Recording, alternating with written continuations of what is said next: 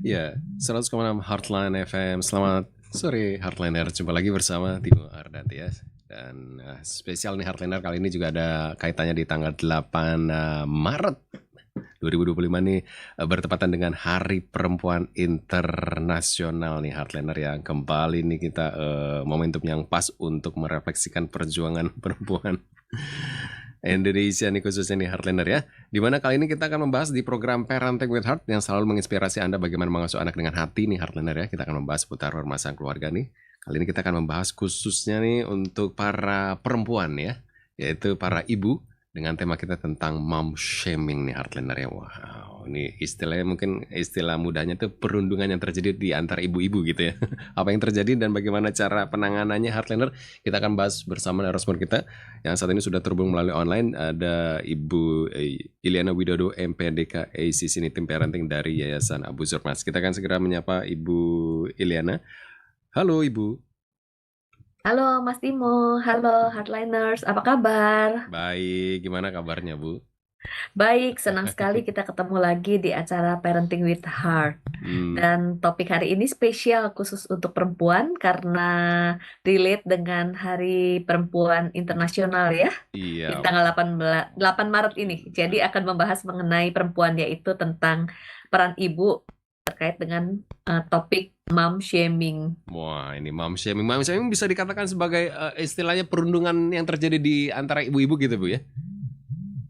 Betul, betul, Wah. betul. Dan topik ini sebenarnya diangkat untuk mensupport para ibu yang memang dalam perannya mengasuh anak, mendidik anak, yang mestinya disupport, tetapi tanpa disadari terjadi mom shaming. Wow. Dan itu sebenarnya cukup berdampak, dan alangkah baiknya jika hal itu bisa disadari dan dihindari.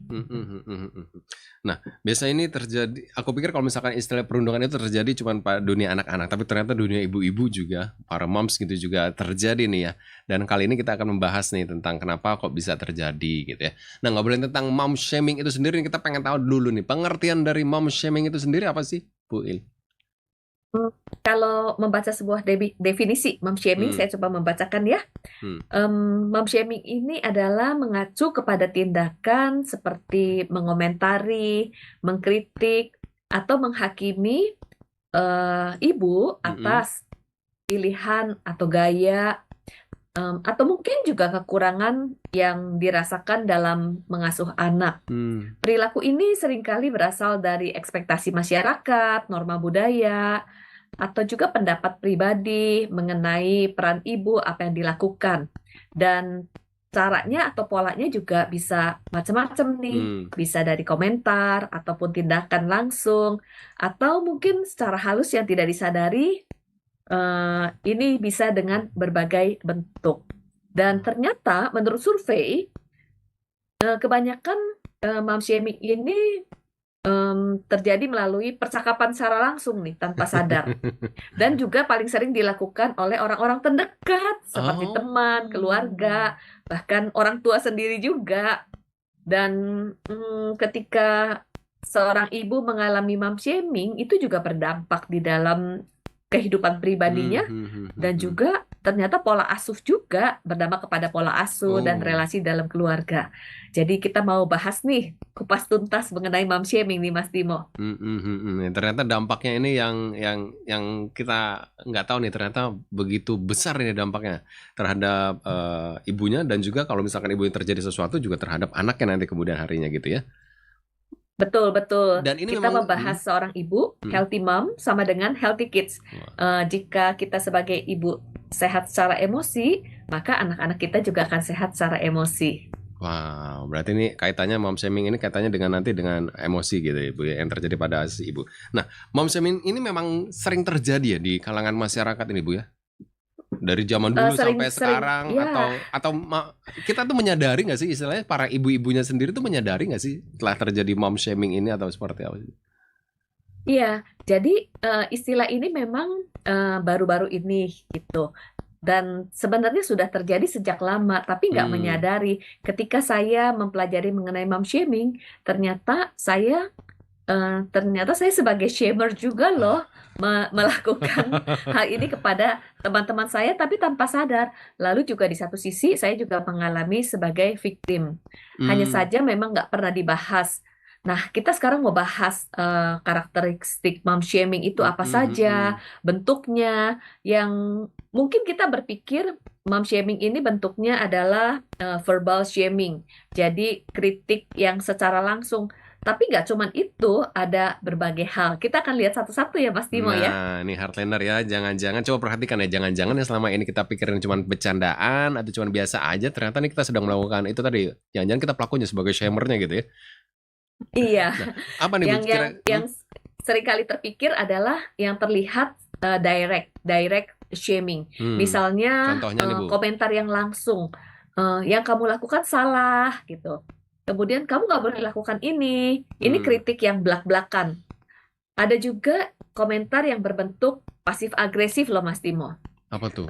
Misalnya, ada seorang ibu, kemudian anaknya nonton TV nih, misalnya. Hmm, Lalu bentuk pasif agresif nggak langsung bilang, anak-anak nggak boleh lama nonton TV, nggak langsung ngomong begitu, tapi bilangnya gini, kalau saya sih tidak akan membiarkan anak saya di depan TV lama-lama, karena itu akan merusak anak-anak. Nah, ini contohnya. Jadi sebenarnya mom shaming, tapi bentuknya pasif hmm. agresif. Ah, itu Ya, justru lebih nyelekit Bu. ya. Ya, bentuknya kan verbal tapi secara pasif Hmm, agresif. hmm, hmm. Kemudian juga bisa perbandingan. Jadi nggak langsung mengkritik, tapi bisa dengan perbandingan. Misalnya, lihat anak-anak yang lain itu duduk dengan tenang. Kok anak kamu gimana? Jadi sebenarnya mengkritik anaknya, tapi dengan perbandingan. Perbandingan. Ah, Ini berarti perkataan langsung. banyak ya Kemudian macam-macamnya ya. Hmm. Kemudian ada juga misalnya mom shaming dilakukan di sosial media atau online. Jadi komentar negatif yang misalnya tentang mungkin seseorang ibu sharing tentang mengasuh anak, pilihannya dalam mengasuh anak it's okay, tapi seringkali membandingkan dengan yang lain. Hmm, hmm, hmm. Misalnya merendahkan atau mengkritik pola asuh ibu yang lain, tapi melalui sosial media. Kemudian juga konten yang mencemooh cara mengasuh ibu-ibu yang lain. Hmm, Kemudian mengkritik pola disiplin moms yang lain. hmm. Sebenarnya kalau kita mau men-sharingkan, menyampaikan nilai atau value kita itu sah-sah aja dan gak ada yang salah. Tetapi ketika kita men-sharingkan value kita, tetapi membuat perbandingan dan merendahkan pola yang Hmm, hmm, dilakukan hmm. oleh moms yang lain, ini udah termasuk dalam kategori mom shaming. Wah, Jadi tadi ada perkataan langsung, kemudian juga ada di sosial media. hmm, hmm. Tapi ada juga loh memberikan saran yang tidak diminta. Jadi misalnya menawarkan cara-cara yang lebih baik dalam melakukan sesuatu tanpa diminta. Apalagi juga misalnya dengan cara yang menilai, misalnya kayaknya lebih baik kamu lakukan A, B, dan C daripada kamu lakukan hal yang ini. Itu juga termasuk mom shaming. Wow, ini dan memang ini sering terjadi sepertinya kalau misalkan mendengarnya, Iya, terjadi sehari-hari dan tanpa kita sadar gitu. Nah, biasanya nih Bu, si iya. pelakunya ini dan si korbannya ini, si mom shamingnya ini siapa aja sih Shamer Bu? and victim ya. Shamer and victim, Ya. si pelaku dan si korbannya ini. Siapa aja sih Bu mereka yang menjadi pelaku dan menjadi korban? Karena kebanyakan sepertinya orang-orang dekat ya, atau mungkin orang tua ke anak atau ke mertua, menantu atau seperti apa? Ya, bisa dilakukan oleh keluarga, orang tua kepada anaknya yang sedang mendidik anak dengan membanding-bandingkan pola Hmm, asuh yang mungkin tradisional. Misalnya, karena kan pola asuh di zaman sekarang mungkin dengan di zaman orang tua kita berbeda. mhm. Lalu mulai dulu papa atau dulu mama lakukan ini, kenapa kamu lakukan sekarang? Ini mana berhasil? Dulu pola asuh mama yang ini berhasil. Ini juga termasuk mom shaming. Oh, Kemudian juga bisa dilakukan oleh saudara, sesama apa ya namanya sibling ya. Misalnya hmm, adik hmm, kakak itu juga bisa. Misalnya, kok kamu cara membuat makanan bayi seperti ini. Kalau saya lakukan hmm, hmm. seperti ini, membuat makanan bayi, ini berhasil loh dan hasilnya bagus. Kalau yang itu mana berhasil, itu juga sudah termasuk mom shaming. Oh. Kemudian juga cara ini pilihan seorang ibu. Satu sisi untuk ibu yang mungkin bekerja, lalu ada perkataan gimana kamu bisa membagi waktu dengan anak gitu, dengan kamu bekerja. Tapi satu sisi ketika ibu di rumah, moms di rumah, wah kamu mah pengangguran dia nggak kerja, ada aja yang dibahas gitu. Serba salah ya, begini salah begitu salah nih. Serba, iya. Dikomentarin Iya. terus ya. Wow, itulah Terus saya juga ingat waktu anak saya masih baby gitu. Kita sama-sama moms ya, para moms ngobrol-ngobrol. Lalu mulai deh membandingkan. Ini tanpa sadar loh, misalnya anak saya udah 6 bulan, anak kamu udah berapa bulan? Udah bisa apa aja? Anak saya udah bisa merangkak. Loh, kok kamu belum bisa merangkak? Contohnya, jadi membandingkan milestone atau apa ya namanya ya, perkembangan anak, hal-hal yang dicapai oleh anak, itu juga sebenarnya masuk kepada mom shaming. Jadi membanding-bandingkan anak. Lalu juga misalnya apalagi ya? Oh, misalnya gini. Wah, kamu kok kasih ASI, nanti anak kamu kurang kenyang loh gitu. Kemudian nanti kurang gizi loh. Nah, tapi di satu sisi ada ibu yang memberikan susu formula, lalu dikomentari lagi, wah nanti anak kamu nggak sehat loh. Ini contohnya. Kemudian misalnya tentang vaksin, lalu juga diet anak, lalu bagaimana melahirkan. Ada yang melahirkan secara sesar kah, dioperasi, ada yang melahirkan secara normal, itu pun dikomentari.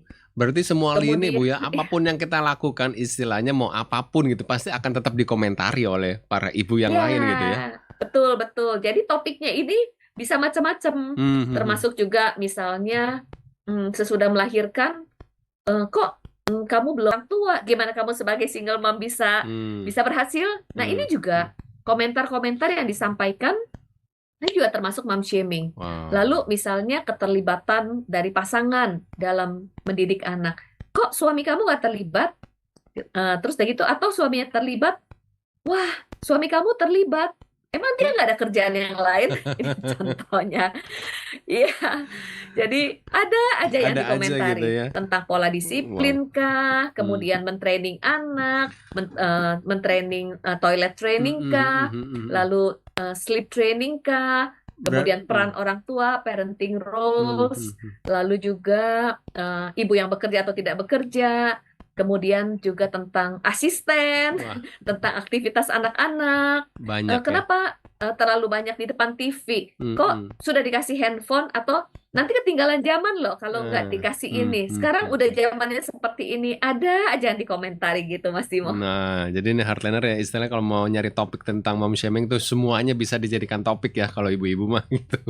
Nah, tapi sebagian besar ini topiknya adalah tentang pengasuhan, tentang keluarga gitu Bu ya. Tapi di dunia kerja meskipun wanita karir juga bisa terjadi dengan mom shaming ini. Oh bisa di dunia kerja. Misalnya dengan kesibukan kamu gimana mengasuh anak? Apakah anak kamu nggak terabaikan? Ini contohnya.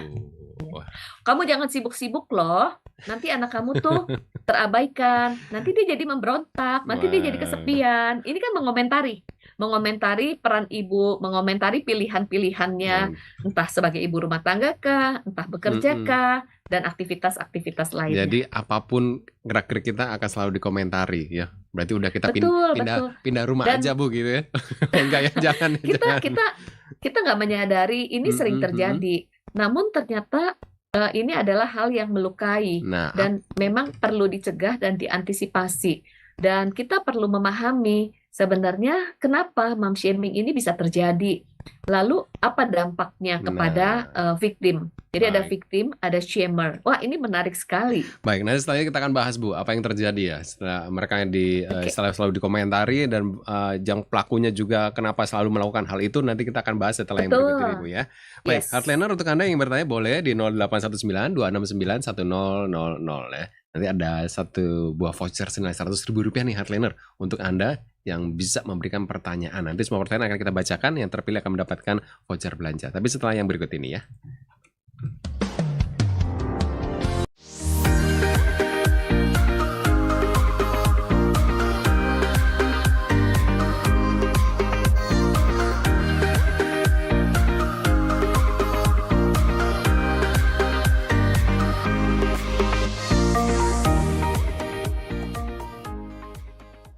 Ya, baik. Terima kasih Heartliner. Saat ini Anda masih mendengarkan program Parenting with Heart dan masih bersama narasumber kita ada Bu Ilena Widodo MPDK SCC ini tim parenting dari Yayasan Busur-Mas dengan tema kita mom shaming nih Heartliner. Kalau tadi kita sudah membahas tentang bentuk-bentuknya dan tanpa kita sadari ternyata ini kejadian banget nih sehari-hari banyak banget yang terjadi gitu ya. Nah, Bu Iliana nih, apa yang terjadi nih? Kenapa sampai akhirnya banyak moms gitu ya yang melakukan mom shaming dan juga apa dampaknya nih kepada para korban dari mom shaming ini? Oke, Mas Timo, kita mau membahas dampaknya dulu ya. Nanti kita akan membahas penyebabnya kenapa bisa menjadi shamer, melakukan mom shaming kepada rekan-rekan lainnya. Jadi dampak dari mom shaming ini benar-benar mempengaruhi sang ibu. Ada dampak pribadi, bisa menjadi rendah diri, meragukan kemampuannya karena mendengarkan kritik yang terus-menerus, lalu jadi meragukan kemampuan sang mama dalam mengasuh anak, bahkan juga harga diri mereka sebagai seorang pribadi. Misalnya si ibu nih sudah mendidik anak dengan baik sebenarnya, tapi kemudian sering dikomentari, kamu ini mendidik anak kurang tegas, atau kamu mendidik anak terlalu tegas, padahal sebenarnya nggak ada yang salah, tapi jadi meragukan dirinya sendiri, padahal mungkin pola yang diterapkan itu sebenarnya sudah tepat, lalu jadi meragukan. Selain meragukan cara mendidik anak, dia juga bisa meragukan dirinya sendiri, bisa melihat bahwa dirinya sebagai seorang mom yang gagal, seorang mom yang nggak mampu, dan akhirnya bisa jadi cemas, lalu juga bisa menjadi rasa bersalah, padahal belum tentu salah, tapi karena komentar-komentar yang ada, merasa bersalah, merasa sebagai mom yang nggak bisa memenuhi standar, lalu termanifestasikan dengan rasa malu, dan jadi ada self-judgment ya, seperti menganggap ibu yang buruk, ibu yang salah, ibu yang nggak berguna, padahal sebenarnya mungkin sudah melakukan tugasnya dengan sebaik-baiknya, udah berusaha, walaupun memang tidak ada yang sempurna, tapi komentar-komentar tersebut itu bisa mempengaruhi cara pandang kepada diri sendiri juga. Dan juga mom shaming ini membuat sang ibu juga bisa menarik diri dari lingkungan sosial, dari komunitas, untuk menghindari kritik-kritik yang lebih lanjut. Dan ini kan sebenarnya nggak baik ya, alangkah baiknya para moms ini membentuk support system yang saling mendukung. Kemudian ini juga bisa berdampak kepada anak-anak, karena jika emosi seorang ibu misalnya merasa nggak yakin, lalu dia juga menjadi bingung dan frustasi, dan tanpa sadar emosi atau frustasi dari seorang ibu terlampiaskan atau termanifestasikan kepada anak-anak. Jadi kesel, kemudian melihat anak-anak ada perilaku yang seperti nggak diharapkan karena ada rasa bersalah ataupun rasa marah dan sebagainya. Dan ternyata ini berdampak kepada anak-anak. Dan ini adalah pengaruh kepada pribadi.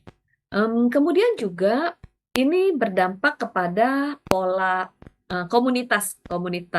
Jadi komunitas yang terbentuk kalau misalnya budaya mom shaming ini tidak diantisipasi, ini menjadi budaya yang merasa nggak salah. Kayak tadi misalnya kita membahas satu demi satu contoh-contoh yang ada, sebenarnya itu yang tanpa sadar dulu juga saya lakukan. Yang saya lakukan, saya pikir itu Biasa aja gitu ya. hal yang wajar. Lumrah gitu. Tapi sekarang setelah saya evaluasi, oh ya saya baru menyadari kenapa saya lakukan itu, ternyata saya juga ada isu dalam diri saya sebenarnya. Bukan dengan tujuan untuk membangun atau mensupport. Ini kan menjadi ibaratnya toxic parenting culture ya, budaya yang bukan menumbuhkan tapi menghakimi, mengkritik, dan juga ini mendorong para moms ya memiliki standar yang tidak realistis. Jadi menuntut kesempurnaan untuk diri sendiri, menuntut kesempurnaan kepada orang-orang, kepada anak-anak. Lalu juga karena takut nanti dikritik sama teman-teman lainnya, takut nanti apa kata orang. Jadi akhirnya punya standar yang tidak realistis, menuntut diri, kemudian menjadi stres, menuntut perfeksionis. Nah, ini kan sebenarnya mempengaruhi emosi dari moms ya. Jadi inilah contoh dampak-dampaknya. Kalau kita tuh melakukan hal itu kepada yang lain. Tapi kita juga cek juga ya dampak kepada diri kita sendiri Oh, ketika kita menjadi korban. iya. Ternyata ini dampaknya luar biasa nih Bu ya. Dan istilahnya dampaknya negatif semua nih, nggak ada yang positifnya nih. Oh iya, dampaknya negatif betul Mas Timo. Nah, sebenarnya ketika terjadi mom shaming ini, si pelakunya sendiri, mereka tuh sadar nggak sih Bu ketika melakukan itu? Apa jangan-jangan memang berniat untuk mengkritik membangun lah istilahnya itu, kritik membangun. Tapi ternyata masuknya dalam kategori mom shaming ini. Bagaimana cara membedakan antara kritik membangun dengan mom shaming ini?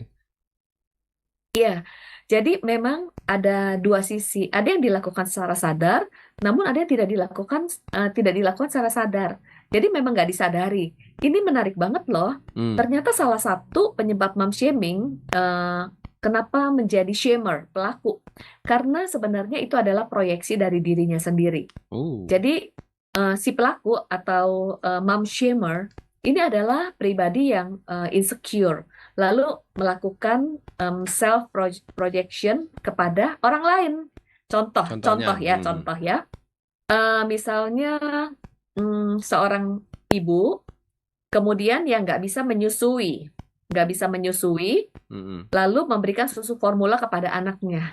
Sebenarnya ada rasa bersalah, ada ketidakpuasan terhadap diri sendiri. Namun rasa ketidakpuasan kepada diri sendiri itu diproyeksikan kepada moms yang lain. Jadi mengomentari tentang bagaimana moms yang lain memberikan ASI dengan kata, nanti kenyang nggak? Nanti gizinya cukup atau enggak? Tapi sebenarnya itu memproyeksikan di mana dia sendiri merasa bersalah terhadap pola asuh dirinya sendiri. Kemudian juga misalnya ada seorang ibu yang mungkin memang harus bekerja, lalu juga akhirnya minim waktu bersama dengan anak-anaknya.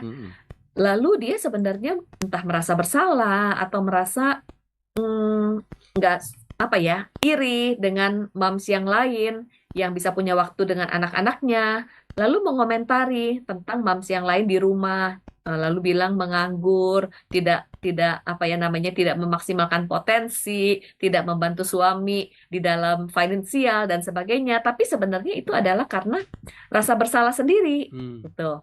Kemudian juga misalnya sulit mendisiplin anak. Misalnya saya sulit mendisiplin anak.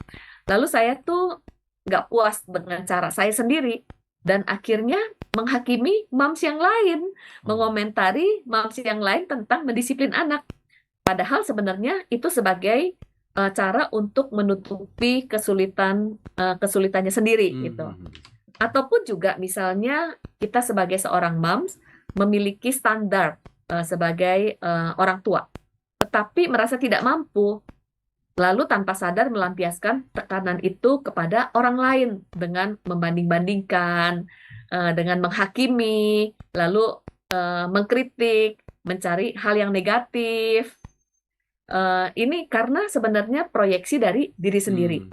Atau juga mom itu punya luka masa lalu yang belum terselesaikan. Misalnya si ibu nih ketika masa kecil tumbuh dengan perasaan diabaikan. Lalu akhirnya tanpa sadar ketika melihat ibu yang lain bekerja, lalu mengkritik. Wah, kamu tuh sibuk bekerja, ya, kamu mengutamakan pekerjaan dibandingin anak-anak kamu. Jadi kamu tuh mengabaikan anak kamu, padahal belum tentu ibu yang lain seperti itu. Tapi ini kan sebenarnya memproyeksikan karena luka dia yang dulu terabaikan, lalu akhirnya mengkritik dan mengomentari ibu lain dan menganggap ibu yang lain itu mengabaikan anaknya, padahal belum tentu.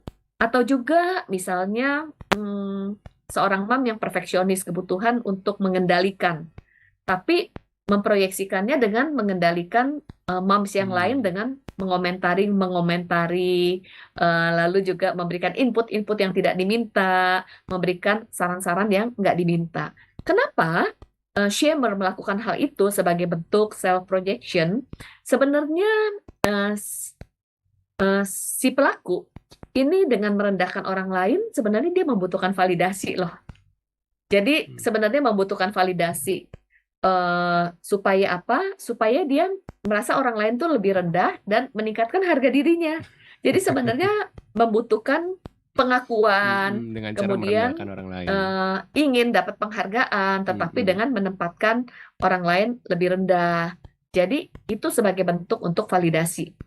Lalu juga untuk menenangkan dirinya atas pilihan-pilihan yang dia ambil. Misalnya, em, sebenarnya ingin memberikan ASI, tapi kemudian mengalami pergumulan dalam hal itu. Sedangkan mam yang lain, dia akhirnya memberikan susu formula, sedangkan mam yang lain bisa memberikan ASI. Lalu dia ingin supaya mendapatkan validasi, ataupun juga ingin mendapatkan pengakuan bahwa keputusan dia itu benar. Yaitu dengan apa? Dengan mengomentari moms yang lain dengan cara entah memberi makannya kah dan lain sebagainya. Jadi sebenarnya untuk reinforce dirinya sendiri. Nah, terus udah gitu juga untuk membuat tenang dirinya sendiri dengan mengomentari moms yang lain. Dan bisa jadi juga untuk mendapatkan penerimaan dari yang lain dan untuk memastikan bahwa gaya pengasuhan yang dia pilih, lalu juga pola yang dia pilih itu adalah yang paling tepat dibandingkan yang lainnya. Jadi sebenarnya membutuhkan validasi. Tapi Wow. cara mendapatkan validasi itu dengan merendahkan moms yang lain. Wow. Ini hardliner ya. Ternyata nih para pelakunya atau shamer ini punya sejuta alasan kenapa mereka untuk melakukan hal gitu ya. Tapi yang pasti poin yang paling besar adalah mereka untuk memvalidasi diri sendiri gitu dan juga untuk memproyeksikan apa yang telah terjadi sebenarnya, apa yang telah terjadi selama ini dalam hidupnya. Dan ya itu adalah sesuatu yang berbahaya nih hardliner ya.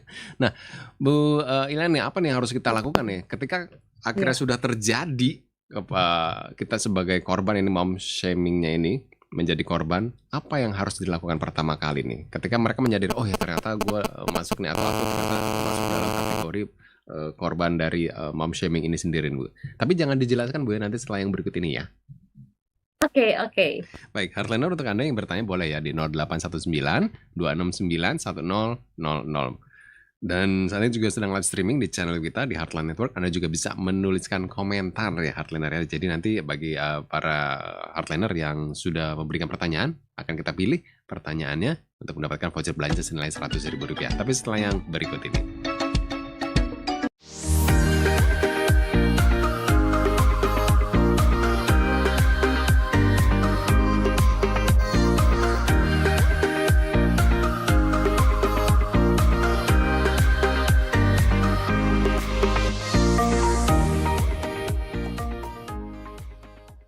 Ya, baik. Heartliner, sebelumnya saya punya informasi nih Heartliner ya. Ya, Heartliner cerita memiliki kekuatan untuk menyentuh hati anak-anak. Nah, cerita tidak hanya menghibur, tapi juga memulihkan dan mengajar. Untuk itu, kami mengundang Anda untuk bergabung di Therapeutic Storytelling Training.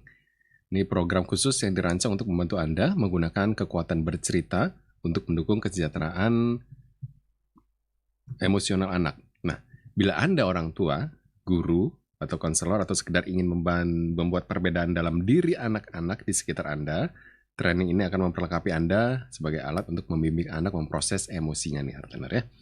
Apa saja yang akan Anda dapatkan dalam training tersebut nih Heartliner? Yaitu pengetahuan tentang keterampilan untuk menggunakan bercerita sebagai cara memproses emosi anak, kemudian juga 2 buah buku terapeutik untuk anak, lifetime access ke rekaman training dan juga kesertaan gratis di batch mendatang. Nah, untuk pembelajaran ini, yaitu menggunakan cerita untuk membangun emotional well-being anak. Untuk informasi pendaftaran, Anda bisa menghubungi ke 0812 1144 9941 0812 1144 9941. Nah, acara ini akan berlangsung pada 26 April 2025 nih Heartliner, jam 10 sampai jam setengah 5 sore. Dan Anda bisa langsung menghubungi ke 0812 1144 9941. Baik, Heartliner, saat ini Anda masih mendengarkan program Parenting with Heart dan masih bersama narasumber kita ada Ibu Iliana Widodo MPDK, ACC ini tim parenting dari Yayasan Besar Mas dengan tema kita Mom Shaming. Ya, Ibu Iliana nih, ketika tadi sudah dijelaskan nih bagaimana mom shaming itu terjadi, dampaknya juga seperti apa sampai akhirnya si pelakunya juga kenapa akhirnya melakukan mom shaming. Nah, kita juga pengen tahu nih bagaimana nih cara mengatasi nih ketika seorang ibu sudah menjadi korban dari mom shaming ini sendiri? Ya, Mas Timo, kita akan membahas cara mengatasinya. Namun, saya mau menambahkan sedikit, Mas Timo. Tadi saya membahas penyebab mom shaming, salah satu faktornya adalah faktor psikologi dari si ibu. Namun, tidak bisa dipungkiri ada faktor lain yang perlu kita pahami juga. Misalnya faktor budaya, faktor nilai-nilai, kebiasaan, kemudian tradisi di dalam keluarga, kemudian juga tentang peran. Misalnya secara tradisional, secara tradisi ada peran ibu, ada pola asuh tertentu yang memang sudah dampaknya ada nih, misalnya cara orang tua kita menerapkan pola asuh yang demikian, lalu hasilnya ada. Kemudian melihat anaknya dengan pola yang berbeda. Sebenarnya tujuannya baik adalah supaya anaknya mendidik dengan berhasil, ataupun juga dari budaya tentang peran istri seperti apa. Ini juga sebenarnya supaya diterapkan oleh sang ibu. Dan ternyata ketika sang ibu menerapkan cara yang berbeda, tujuannya sebenarnya baik untuk memberitahu. Nah, ini juga perlu dipahami karena tujuannya baik, namun ternyata itu bisa berdampak kepada psikologi sang ibu yang sebagai victim. Ini juga perlu dipahami. Oke, sekarang kita akan masuk bagaimana mengatasinya ya. Iya. Jadi victim dulu atau shamer dulu nih, Mas Timo? Victim dulu ya. Victim dulu lah, jadi korbannya dulu nih. Ya, korbannya dulu ya. Kita sebagai victim, kita perlu mengidentifikasi dan mengenali sumber dari kritik tersebut. Jadi ketika ada seseorang mengkritik ataupun merendahkan, ingatkan diri kita sendiri bahwa opini itu bukan tentang kita, tapi tentang dia sendiri. Kemudian juga ingatkan kepada diri kita sendiri bahwa ini adalah karena pelakunya memang insecure. Jadi it is not about me, it is about them. Oke, tapi ya kita juga perlu memperhatikan jangan sampai ada information bias dalam diri kita. Ada seseorang yang ekstrem kiri, ada seseorang yang ekstrem kanan. Ekstrem kiri salah satunya ketika mendengar pendapat orang lain, langsung kita yang jadi menghakimi. Itu pasti dia insecurity, pasti itu self proyeksinya dia gitu. Itu tentang dia. Lalu kita nggak mau mendengarkan sama sekali, kita jadi defense. Ini ekstrem kiri. Tapi ada yang ekstrem kanan, pendapat orang lain sampai mempengaruhi psikologi kita. Jadi kita sangat-sangat terpengaruh apa kata orang. Sebenarnya kita perlu punya skill untuk bisa memilah.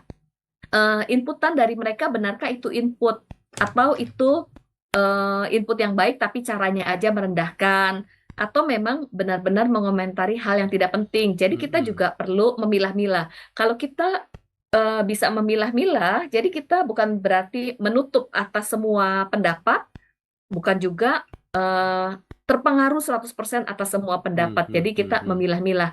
Inilah yang disebut membangun batasan atau membangun boundaries. Kita jadi bisa memilah-milah, memfilter, membangun batasan ya. Yang kedua, membangun batasan. Kemudian juga kita juga bisa melihat wah ini ada inputan yang memang bagus gitu. Itu membangun boundaries. Lalu membangun boundaries penerapannya antara lain juga kita bisa merespon dengan baik. Jadi respon gracefully. Misalnya saya mengapresiasi dan mengucapkan terima kasih untuk inputan, untuk masukan dari Anda, tapi saya sudah berpikir bahwa inilah keputusan yang terbaik untuk keluarga kami. Nah, perlu keberanian untuk membangun boundaries. Jadi menyampaikan, mengucapkan terima kasih, namun juga menyampaikan pilihan-pilihan kita. Misalnya juga kita bisa sampaikan, wah, kamu punya opini yang bagus, tapi saya punya keputusan sendiri yang lebih pas dengan keluarga saya. Terima kasih ya untuk inputannya. Jadi respon dengan baik, kemudian juga mengucapkan terima kasih, ini membangun boundaries. Kemudian berikutnya adalah kita bergabung dengan komunitas yang mensupport. Bisa jadi di satu komunitas budaya untuk mengomentari itu adalah hal yang biasa. Namun tanpa kita sadari itu juga sebenarnya tidak bersifat konstruktif ya, tapi destruktif. Jadi carilah komunitas untuk para moms, para wanita yang tidak menghakimi, yang saling menguatkan, saling menyemangati, kemudian bisa dipercaya, safe person, yang bisa membangun. Ini juga penting. Lalu juga mempraktekkan self compassion. Artinya seperti ini.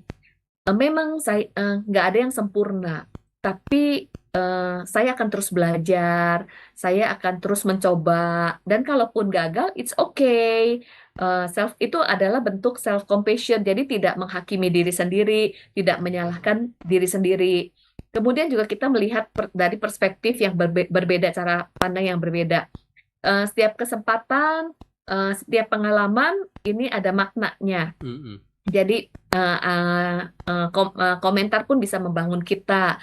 Lalu juga kalaupun kita mengalami kegagalan, it's okay. Ini adalah pembelajaran untuk kita lebih baik lagi. Namanya kita nggak sempurna, pasti bisa salah, bisa gagal. Tapi kita bisa belajar dari kegagalan atau keterbatasan. Bukan untuk menjadi sempurna, tapi untuk pertumbuhan. Jadi ini bentuk self-compassion, lalu memiliki cara pandang juga yang positif kepada diri kita sendiri. Dan juga kita tidak mengabaikan dari sisi spiritual ya. Dari sisi spiritual kita bersyukur untuk kesempatan menjadi seorang ibu, itu adalah anugerah dari Tuhan. Namun kita juga ada keterbatasan, kita minta kekuatan dari Tuhan, dan itu juga yang akan menenangkan kita. Pasti Tuhan akan menuntun kita. Tapi jika memang kita benar-benar terganggu secara emosi, kalau kita memerlukan bantuan dari konselor ataupun pihak lain, itu juga jangan ragu, karena penting sekali untuk seorang moms memiliki apa ya namanya damai sejahtera dari sisi emosi ya, untuk mengelola emosi, karena healthy moms, healthy kids. Ini Mas Timo kalau dari dari victim. Nanti ada dari shamer dan juga ada dari pengamat nih. Kan ada victim, ada shamer, ada satu lagi ada dari pengamat yang mungkin ada di dalam komunitas tapi nggak melakukan mom shaming, namun sebagai pengamat kita juga perlu bertindak loh. Wow. Nah, sebelum kita berlanjut ke dari pelakunya nih, nah bagaimana kita bisa tahu nih bahwa ternyata yang dilakukan oleh si pelaku ini sebenarnya bukan mom shaming gitu. Jadi istilahnya kita terlalu baperan aja nih, merasa diri wah ini lagi istilahnya lagi merundung saya gitu, lagi membuli saya, padahal mungkin ya kritikan biasa aja karena kita yang terlalu baperan. Bagaimana kita bisa membedakan ini bahwa ini kritik yang membangun, ini bukan mom shaming atau seperti apa gitu? Iya, ini menarik sekali. Ini menarik sekali. Ini nggak cuman dalam kasus mom shaming, tetapi dalam kehidupan sehari-hari kita pasti akan menerima inputan dari orang lain, lalu kita juga akan menerima kritikan, lalu kita juga akan menerima perkataan negatif dengan cara, dengan pola, dan juga dengan intensitas emosi yang berbeda. Kita tidak bisa terburu-buru juga langsung melabel bahwa orang itu melakukan shaming kepada kita atau mengkritik kita. Karena bisa jadi kita sendiri yang sebenarnya punya isu, lalu ketika orang memberikan inputan yang sebenarnya baik gitu ya, kita udah merasa dikritik dan direndahkan lebih dulu. Nah, ini juga bisa jadi juga ya, Mas Timo ya. Jadi kita perlu untuk bisa belajar untuk membedakan. Caranya apa? Disinilah penting sekali self-awareness juga. Self-awareness sama mindfulness. Jadi kita perlu refleksi diri. Kalau kita misalnya mendengarkan sesuatu inputan, lalu kita merasa terganggu, nggak enak, kita explore emosi kita. Bagaimana perasaan kita? Lalu apa yang membuat kita terganggu? Kontennya kah? Caranya kah? Kita merasa direndahkan kah?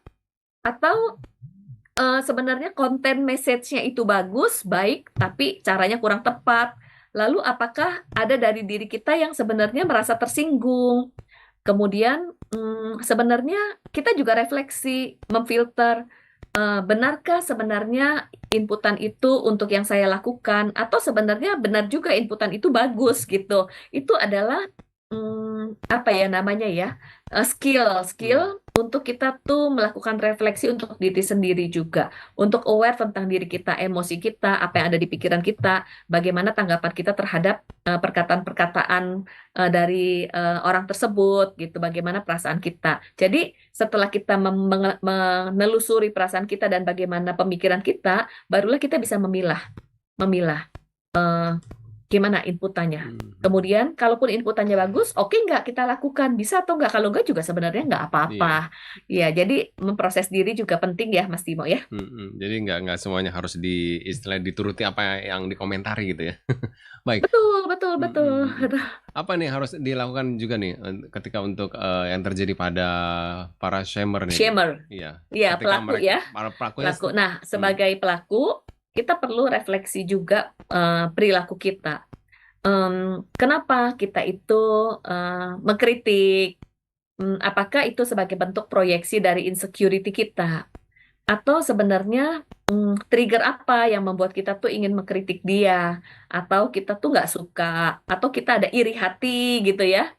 Hmm, atau misalnya kita tuh merasa gagal sebenarnya, tapi kita ingin melampiaskan kekesalan kita kepada orang lain.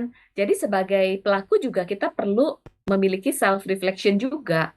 Sebagai victim juga perlu memiliki self reflection untuk bisa memilah.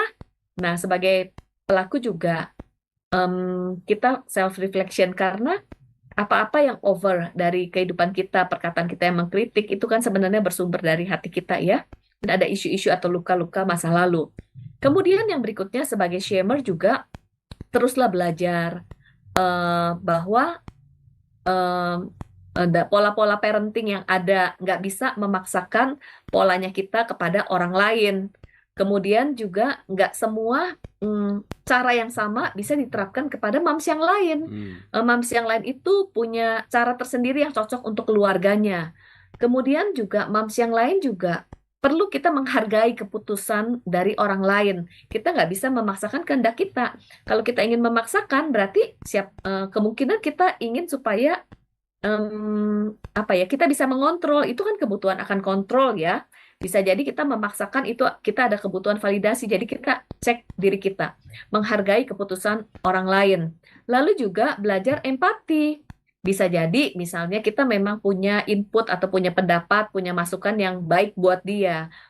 Berempati itu adalah misalnya kita punya standar nih.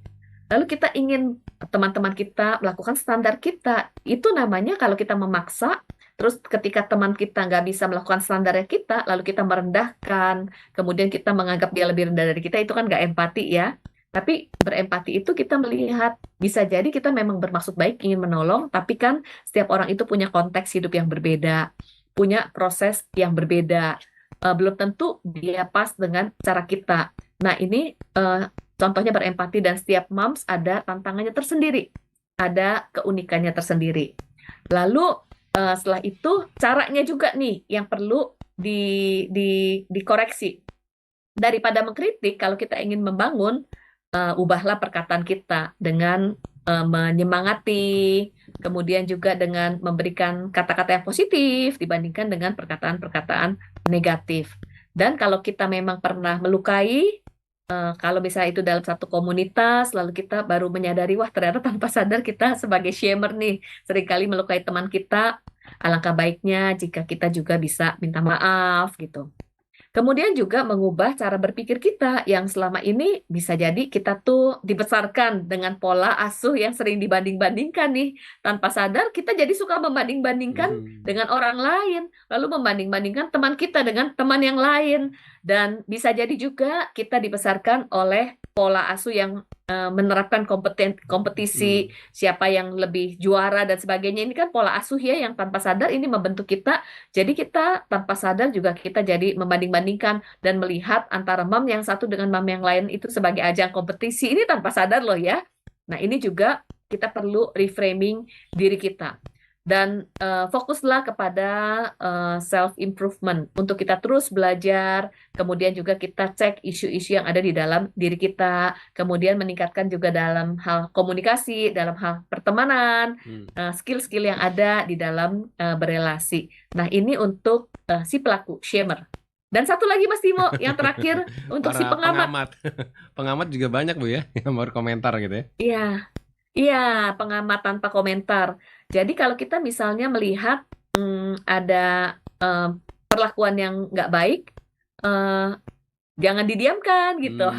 Jadi boleh misalnya diingatkan, tapi dengan cara yang asertif. Kemudian juga kalau kita melihat victim, korban yang mungkin terluka ataupun bingung, bisa menawarkan dukungan dengan mensupport gitu ya, ataupun mendengarkannya tanpa menghakimi, ataupun mensupport, wah kamu udah melakukan tugas kamu sebagai moms dengan baik, ini contohnya.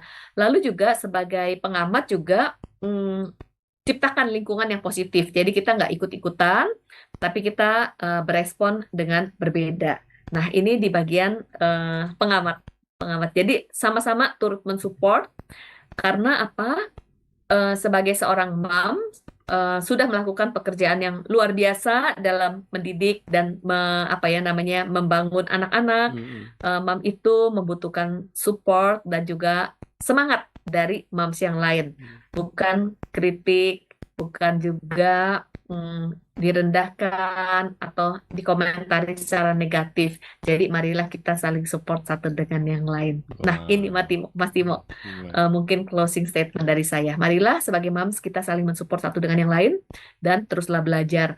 Yang saya jadi teringat ada sebuah buku. Judulnya adalah Half the Sky.